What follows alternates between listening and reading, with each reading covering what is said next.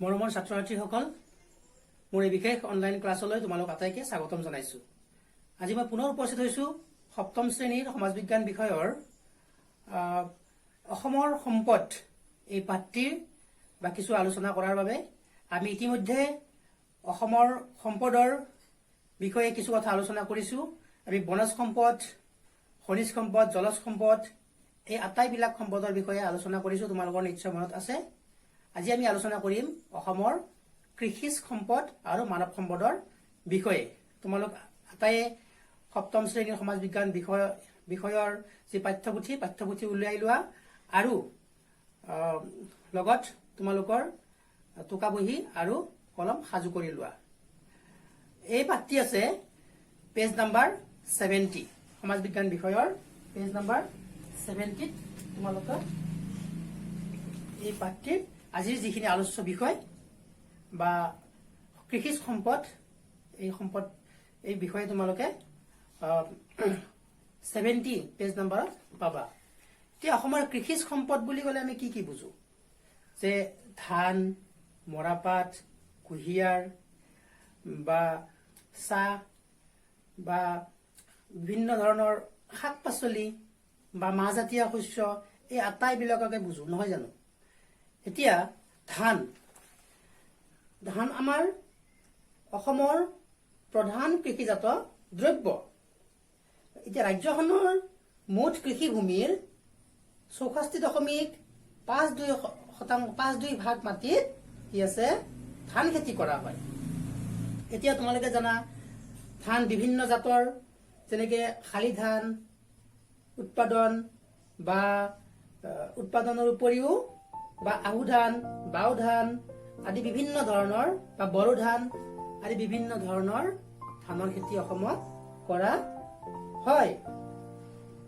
এতিয়া অসমৰ মুখ্য ধান উৎপাদন অঞ্চল দুটা হ'ল, যেনে কি ব্ৰহ্মপুত্ৰ আৰু বৰাক উপত্যকা। তাত কি কৰা হয়? প্ৰচুৰ পৰিমাণে ধান উৎপাদন কৰা হয়। ধানৰ পিছত আমি আমাৰ ৰাজ্যখনৰ বিভিন্ন অঞ্চলত মৰাপাটৰ খেতি কৰা হয়। বিশেষকে নামনি অঞ্চলত, নামনি অসমৰ যিকেইখন জিলা আছে তাত কি কৰা হয়? মৰাপাটৰ খেতি কৰা হয়। এতিয়া মৰাপাটৰ খেতি কৰিবৰ কাৰণে আমাক কেনেধৰণৰ মাটি লাগিব? দ পলসুৱা মাটি লাগিব। গতিকে এই দ পলসুৱা মাটিত কি কৰা হয়? মৰাপাটৰ খেতি কৰা হয়। তাৰপিছত আমি কি কুঁহিয়াৰৰ খেতি কৰো। অসমৰ বিভিন্ন জিলাত কুঁহিয়াৰৰ খেতি কৰা হয় কম বেছি পৰিমাণে। ইয়াৰ পিছত ঘেঁহু খেতি কৰা হয়। বিশেষকে ধুবুৰী, গোৱালপাৰা, কোকৰাঝাৰ আদি নামনি অসমৰ যিকেইখন জিলা আছে প্ৰায় জিলাকেইখনতে কি কৰা হয়? ঘেঁহু খেতি প্ৰচুৰ পৰিমাণে কৰা হয়। ইয়াৰ পিছত আমাৰ অসমৰ যি আমাৰ কৃষিজ সামগ্ৰী বা কৃষিজ দ্ৰব্যৰ ভিতৰত আমাৰ মাহজাতীয় যি শস্য ইও অন্যতম। এতিয়া মাহজাতীয় শস্য অসমৰ ক'ত কৰা হয়? যে বৰপেটা, কামৰূপ, দৰং, নগাঁও আদি জিলাসমূহত কি কৰা হয়? মাহজাতীয় যি শস্য এই শস্য উৎপাদন কৰা হয়। ইয়াৰ পিছত আমাৰ বিভিন্ন ধৰণৰ শাক পাচলি কৰা হয়। বিভিন্ন অঞ্চলত অসমৰ বিভিন্ন ধৰণৰ শাক পাচলি কৰা হয়, শাক পাচলি খেতি কৰা হয়। তোমালোকে নিশ্চয় জানা এই বিষয়ে। ইয়াৰ ভিতৰত আটাইতকৈ গুৰুত্বপূৰ্ণ এটি খেতি অসমৰ আৰু যিয়ে অসমক বিশ্বৰ বুকুত এক সুকীয়া মৰ্যাদা দিবলৈ সক্ষম হৈছে, সেইটো হ'ল চাহ খেতি। অসমত প্ৰচুৰ পৰিমাণে চাহ উৎপাদন কৰা হয়। ই এটা ৰোপণ খেতি আৰু প্ৰায় অসমৰ 850খন ডাঙৰ চাহ বাগিচা আছে। তাৰোপৰি সৰু সুৰা বহুত চাহ বাগিচা আছে, কিন্তু ডাঙৰ চাহ বাগিচা আছে অসমত 850খন অসমত ডাঙৰ চাহ বাগিচা। তোমালোকে বহীত লিখি লোৱা। ইতিমধ্যে তোমালোকে কি পালা? যে ধান খেতিৰ বিষয়ে আলোচনা কৰিলো, মৰাপাটৰ খেতিৰ বিষয়ে আলোচনা কৰিলো, কুঁহিয়াৰ, ঘেঁহু বা মাহজাতীয় শস্য তোমালোকে নিশ্চয় লিখি লৈছা। ক'ত কৰা হয় মই ইতিমধ্যে ক'লোৱে। আৰু তোমালোকে পাঠটি পঢ়িলে তোমালোকে সুন্দৰভাৱে গম পাবা আৰু তোমালোকে দৰকাৰী কথাবিলাক তোমালোকে লিখি ল'বা। আৰু পৰীক্ষাত আহিব পাৰে কি যে মাহজাতীয় বা ধানৰ খেতি অসমৰ কোন কোন জিলাত ধান খেতি কৰা হয় বা ক'ত ধান খেতি কৰা হয়, মৰাপাটৰ খেতি ক'ত কৰা হয়, এনেকুৱা ধৰণৰ বিভিন্ন কুৱেশ্যন পৰীক্ষাত আহিব পাৰে। এতিয়া এই যে কৃষিজ যিবিলাক দ্ৰব্য বা সামগ্ৰী, এই সামগ্ৰীবিলাক কি কৰা হৈছে, আমাৰ কৃষি কাৰ্যত প্ৰযুক্তিৰ ব্যৱহাৰ অসমত কৃষি উৎপাদনত কিছু পৰিমাণে বঢ়াইছে। অৰ্থাৎ আমি আজিকালি কি কৰিছো, আমাৰ পুৰণিকলীয়া যি কৃষি পদ্ধতি সেইবিলাক আমি বাদ দিছো, দি পেলাই কি কৰিছো, আমি বিভিন্ন ধৰণৰ বিজ্ঞানসন্মত বা বৈজ্ঞানিকভাৱে আমি কি কৰিছো, কৃষি কাৰ্য কৰিছো, কৃষি কাৰ্য কৰাত মনোনিৱেশ কৰিছো। ইয়ে কি কৰে, আমাৰ উৎপাদন বঢ়ায়। আমি এডৰা মাটিতে বিভিন্ন ধৰণে খেতি কৰিব পাৰো, আমি বৈজ্ঞানিক পদ্ধতি অৱলম্বন কৰি। ইয়ে আমাৰ কি কৰে, উৎপাদন ক্ষমতা বঢ়ায়। ইয়াৰ পিছত আমাৰ কি আছে যে তথাপি ভূমিৰ ভগ্ন আকাৰ বা বৰষুণৰ পানীৰ ওপৰত নিৰ্ভৰশীলতা, আমি বৰষুণৰ পানীৰ ওপৰত নিৰ্ভৰ কৰো। যে আমাৰ বাৰিষা কালত আমি কি কৰো, বিশেষকৈ ধান খেতি কৰো, হয় নহয়? গতিকে বৰষুণৰ ওপৰত আমি এতিয়াও নিৰ্ভৰ কৰি চলিবলগীয়া হৈছে। বা পৰম্পৰাগত কৃষি প্ৰণালীৰ অনুসৰণ, আমি কিছুমানে এতিয়াও আমি পৰম্পৰাগতভাৱে কৃষি প্ৰণালীৰ আমি অনুসৰণ কৰো। এতিয়াও আমি গৰুৰে হাল বওঁ, আমি ট্ৰেক্টৰ ব্যৱহাৰ নকৰো। অৰ্থাৎ আমি পুৰণিকলীয়া যি কৃষি পদ্ধতি তাকে আমি খামুচ মাৰি ধৰি থাকো। বানপানীৰ প্ৰভাৱ আদিৰ বাবে কি কৰা হয়, বৰ্তমানেও কৃষি কাৰ্যই বাণিজ্যিক ৰূপ পোৱা নাই। অৰ্থাৎ বানপানীৰ কথা তোমালোকে জানা, অসমৰ বানপানী। গতিকে বানপানী আমাক কি কৰিছে, কৃষি কাৰ্যত সময়ে সময়ে আমাৰ বিৰূপ প্ৰভাৱ পেলায়। এতিয়া বানপানী, এতিয়া বাৰিষা কাল চলি আছে, বানপানী হ'ব, বানপানী কি হ'ব, বহু ঠাইত শস্য ধ্বংস কৰি পেলাব, নষ্ট কৰি পেলাব শস্যবিলাক। তেতিয়া এনেকে আমাৰ কি হ'ব, আমাৰ যি কষ্ট বা শ্ৰম এয়া অথলে গুচি যাব। গতিকে আমি বিজ্ঞানসন্মতভাৱে যদি কৰো বা উন্নত জলসিঞ্চন ব্যৱস্থা যদি আমি প্ৰয়োগ কৰো, তেতিয়াহ'লে আমি অসমখন আৰু বহুত আগবাঢ়ি যাব পাৰিম, আৰু বহুত অসমখন কৃষিৰ ক্ষেত্ৰত আগবাঢ়ি যাব পাৰিম। আৰু কৃষিক আমি কি কৰিব পাৰিম, যদি বাণিজ্যিক ৰূপ দিব পাৰিম, আমি কি কৰিব পাৰিম, আমি দেশৰ অন্য অঞ্চল বা অন্য ঠাই বা তোমাৰ ভাৰতৰ বাহিৰতো আমি কি কৰিব পাৰিম, আমাৰ কৃষিজাত যিবিলাক সামগ্ৰী সেইবিলাক কি কৰিব পাৰিম, ৰপ্তানি কৰিব পাৰিম। গতিকে ইমান সময় তোমালোকে অসমৰ কৃষি সম্পদৰ বিষয়ে এটি থুলমূল আভাস পালা। তোমালোকে পাঠটি সুন্দৰভাৱে পঢ়ি চাবা, বিতংভাৱে তোমালোকে জানিব পাৰিবা। এতিয়া আহিছো আমি মানৱ সম্পদ। মৰমৰ ছাত্ৰ ছাত্ৰীসকল, যে মানৱ সম্পদ হ'ল দেশ এখনৰ মূল সম্পদ। কাৰণ দেশ এখনত বহুত সম্পদ আছে, যদি আমাৰ যদি উন্নত মানৰ যদি মানৱ সম্পদ নাই, তেতিয়াহ'লে সেইখন দেশ সম্পদ থাকিলেও কেতিয়াও আগবাঢ়িব নোৱাৰে। কাৰণ তাৰ উচিত ব্যৱহাৰ বা উপযুক্ত ব্যৱহাৰ জানিব লাগিব। যদি মানৱ সম্পদ যদি আমাৰ উন্নত নহয়, বা মানৱ সম্পদ যদি আমাৰ এখন দেশৰ যদি বা এখন ৰাজ্যৰ যদি মানৱ সম্পদ যদি মানে দক্ষ নহয় বা উন্নত নহয়, তেতিয়াহ'লে দেশ এখনত সম্পদ থাকিলেও কিন্তু দেশখন আগবাঢ়ি যাব নোৱাৰে। এতিয়া অসমৰ যি মানৱ সম্পদ কি কৰিব, আমাৰ জনগাঁথনিৰ ফালৰ পৰা অসম এখন বৈচিত্ৰ্যপূৰ্ণ ৰাজ্য। অসমত অতীতৰ পৰা বিভিন্ন ঠাইৰ বিভিন্ন মানুহ আহি অসমত বাস কৰে। অসমৰ যি প্ৰাকৃতিক সৌন্দৰ্য, মই যোৱা ক্লাছত কৈছো এদিন, অসমৰ যি প্ৰাকৃতিক সৌন্দৰ্য, এই সৌন্দৰ্যই কি কৰে, সকলোকে মোহিত কৰি পেলায়। আৰু মানুহ যেতিয়া আহিব, আৰু অসমৰ কৃষিভূমি বিশেষকৈ ব্ৰহ্মপুত্ৰ উপত্যকা আৰু বৰাক উপত্যকাৰ যি কৃষিভূমি অতি সাৰুৱা, আৰু ইয়ে মানুহক কি কৰে, অসমত থাকিবৰ বাবে কি কৰে, অনুপ্ৰাণিত কৰে। অৰ্থাৎ কৃষিভূমি যিহেতু সাৰুৱা, অসমতে মানুহবিলাকে বাহিৰৰ পৰা আহি অসমতে নিগাজিকে থাকিব লয়। ইয়াৰ পিছত কি হয়, আৰু সেইকাৰণে অসমৰ জনবসতিপূৰ্ণ ঘন জনসংখ্যা, অৰ্থাৎ অসম এখন ঘন জনবসতিপূৰ্ণ ৰাজ্য। অসমৰ মুঠ মাটিকালিৰ 2.39% অসম ৰাজ্যই আগুৰি আছে। 2011 চনৰ যি লোকপিয়ল, অৰ্থাৎ আমাৰ সময়ে সময়ে প্ৰতি 10 বছৰে মূৰে মূৰে আমাৰ লোকপিয়ল হয়। লোকপিয়ল অৰ্থাৎ আমাৰ দেশৰ জনসংখ্যা বা ৰাজ্যৰ কিমান জনসংখ্যা, এইবিলাক কি কৰা হয়, আমাৰ হিচাপ নিকাচ কৰা হয়। আৰু তাৰ ওপৰত ভিত্তি কৰি চৰকাৰে কিছুমান প্লেনিং প্ৰস্তুত কৰে, প্লেন বনায়। গতিকে 2011 চনত আমাৰ যি লোকপ্ৰিয় হৈছিল, লোকপিয়লত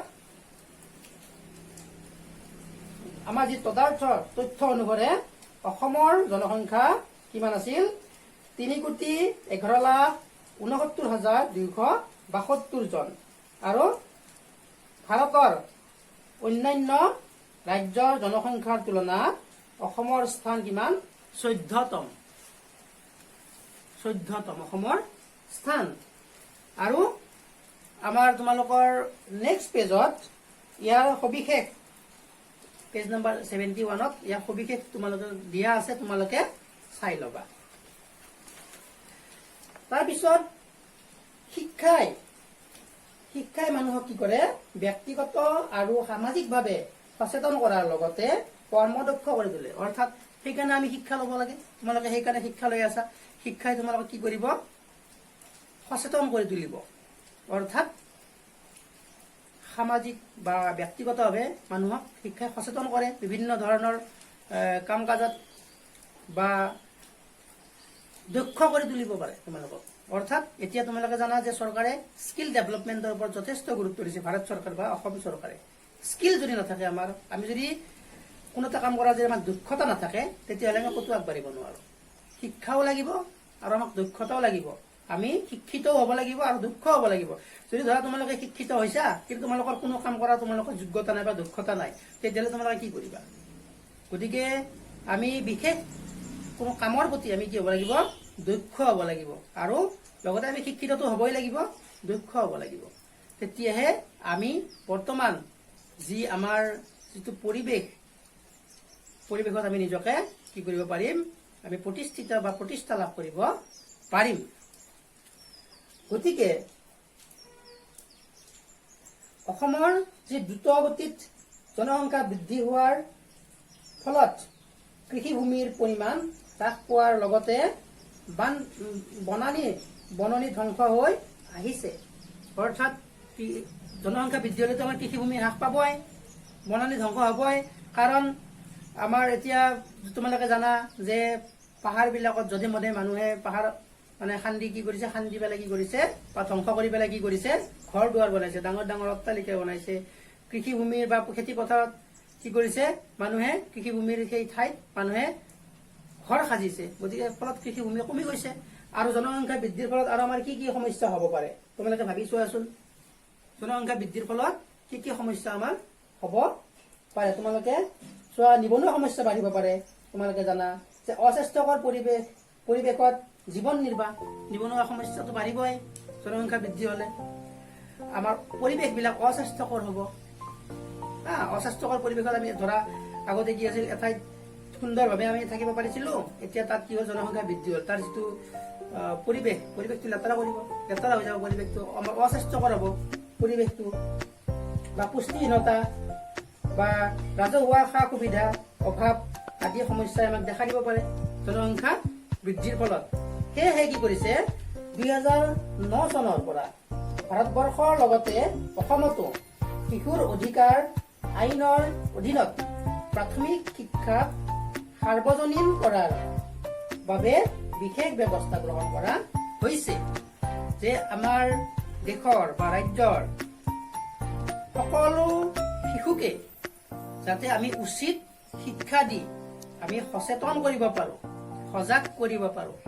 আবাৰ এই সকলোবিলাক দিশৰ প্ৰতি লক্ষ্য ৰাখি 2009 চনত কি কৰিছে শিক্ষাৰ অধিকাৰ আইনৰ জৰিয়তে সকলো শিশুকে সামৰি কি কৰিছে শিক্ষাৰ সাৰ্বজনীন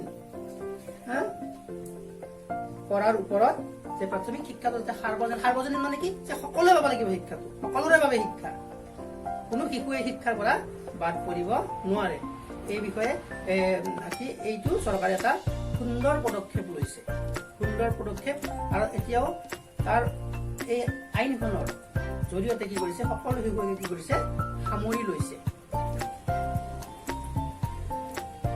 অসম এখন কৃষি প্ৰধান দেশ, তোমালোকক মই কৈছোৱে যে অসমৰ আধাতকৈও বেছিভাগ লোক কৃষি কাৰ্যৰ লগত জড়িত। আমাৰ অসমৰ প্ৰায়ভাগ মানুহে খেতি কৰে, কিবা সি ধৰা বেলেগ ব্যৱসায় কৰিলেও বা চাকৰি কৰিলেও কিন্তু তেওঁ খেতি কৰিব, সি অলপ পৰিমাণে হলেও বা অলপকে হলেও তেওঁ খেতি কৰিব।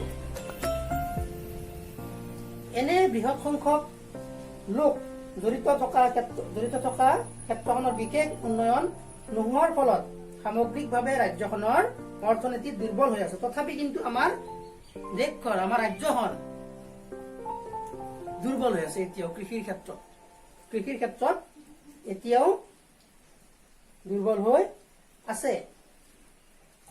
কৃষিৰ উপৰিও কিছু সংখ্যক লোক ব্যৱসায় বা সেৱামূলক বৃত্তিত নিয়োজিত হৈ আছে। অৰ্থাৎ কৃষিৰ উপৰিও আমাৰ কিছুমান লোকে ব্যৱসায় কৰে। আমাৰ সমাজত তোমালোকে দেখা পোৱা কিছুমান লোকে কি কৰে, চাকৰি কৰে। এনেধৰণে আমাৰ মানুহবিলাকে অসমত কি কৰি আছে, বিভিন্ন সেৱাত বা বৃত্তিমূলক কাৰ্যত নিয়োজিত হৈ, কিছুমানে কৃষি কাৰ্যত নিয়োজিত হৈ তেওঁলোকে সুন্দৰভাৱে কি কৰি আছে, জীৱন নিৰ্বাহ কৰি আছে। মৰমৰ ছাত্ৰ ছাত্ৰীসকল, তোমালোকে আজি কৃষি সম্পদ বা মানৱ সম্পদৰ বিষয়ে তোমালোকে কিছু কথা গম পালা। আশা কৰিছো নিশ্চয় তোমালোকে উপকৃত হ'ব পাৰিছা। আৰু আমাৰ অসমৰ যি সম্পদ, এই সম্পদ পাঠটি ইমানতে সমাপ্ত হ'ল। আমি পৰৱৰ্তী ক্লাছত এই পাঠৰ লগত জড়িত যিখিনি প্ৰশ্নোত্তৰখিনি আমি কিছু কথা আলোচনা কৰিম। মৰমৰ ছাত্ৰ ছাত্ৰীসকল, এটা কথা তোমালোকক সুধিব বিচাৰিছো, তোমালোকে মাস্ক ব্যৱহাৰ কৰি আছা নে নাই বাৰু? কাৰণ তোমালোকে জানা যে অসমত COVID-19 পুনৰ ভয়াৱহ ৰূপ ধাৰণ কৰিছে আজি কিছুদিনৰ পৰা। গতিকে সকলোৱে যেতিয়া ঘৰৰ পৰা বাহিৰলৈ ওলাবা, মাস্কখন কিন্তু তোমালোকে ব্যৱহাৰ নকৰাকে কেতিয়াও বাহিৰলৈ নোলাবা। কাৰণ মাস্ক ল'বা, চাবোনেৰে সুন্দৰভাৱে তোমালোকে হাত ধুবা, বা যদি চেনিটাইজাৰ লগত আছে হাত ধুবা। আৰু যিখিনি চৰকাৰে যিখিনি নিয়ম নীতি আমাক বান্ধি দিছে, বা নিয়ম নীতি আমাক সময়ে সময়ে চৰকাৰে অৱগত কৰি আছে বিভিন্ন সংবাদ মাধ্যমৰ জৰিয়তে, তোমালোকে সেই নিয়ম নীতিবিলাক তোমালোকে মানি চলিবা। তোমালোকৰ লগতে তোমালোকৰ পৰিয়ালৰ সকলোকে সেই নিয়ম নীতিবিলাক মানি চলিবলৈ ক'বা। কিন্তু তোমালোকে জানি থৈ দিয়া যে অসমত বৰ্তমান COVID-19 এক ভয়াৱহ ৰূপ ধাৰণ কৰিছে, সকলোকে আতংকিত কৰিছে। গতিকে তোমালোকে এই নিয়ম নীতিসমূহ, সকলো নিয়ম নীতি তোমালোকে মানি চলি থাকিবা কিন্তু। আৰু মাস্ক ব্যৱহাৰ কৰিবা তোমালোকে ঘৰৰ পৰা বাহিৰলৈ ওলাওঁতে। গতিকে মৰমৰ ছাত্ৰ ছাত্ৰীসকল, পুনৰ তোমালোকৰ আজিৰ দিনটো শুভ হোৱাৰ কামনাৰে মই মোৰ যি অনলাইন ক্লাছ ইমানতে সমাপ্ত কৰিছো। ধন্যবাদ।